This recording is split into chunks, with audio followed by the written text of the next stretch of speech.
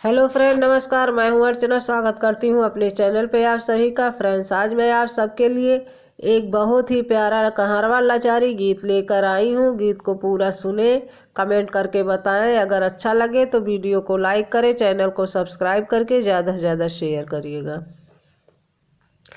बोए हम करी लगल बातिया, कहाँ रह बेईमानऊ अधिकी रतिया, कहाँ रह बेईमानऊ अधिकी रतिया। बोए हम करी लगल बातिया, कहाँ रह बेईमानऊ अधिकी रतिया, काराय बेईमानऊ अधिकी रतिया।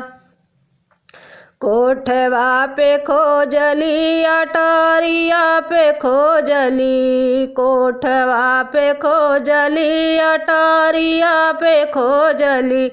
अरे खोजी अली पिया हम सगर गलिया, कहाँ रह बेईमानऊ अधिकी रतिया, कहाँ रह बेईमानऊ अधिकी रतिया।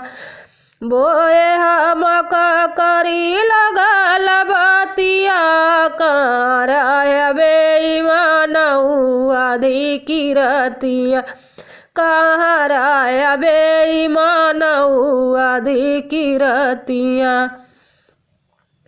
बागा में खोजली बगीचवा में खोजली, बाग में खोजली बगीचवा में खोजली।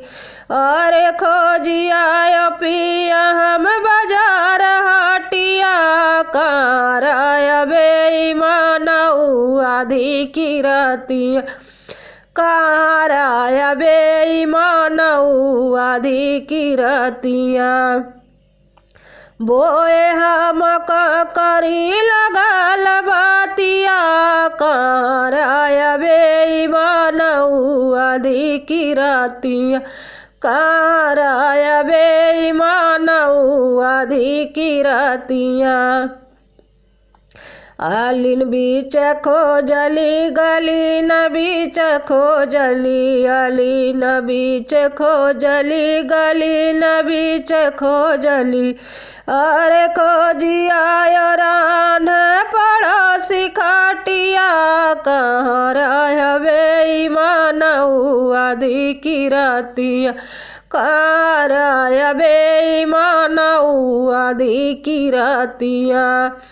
बोए हम करी लगल बातिया, कहाँ रह बेईमानऊ अधिकी रतिया, कहाँ रह बेईमानऊ अधिकी रतिया।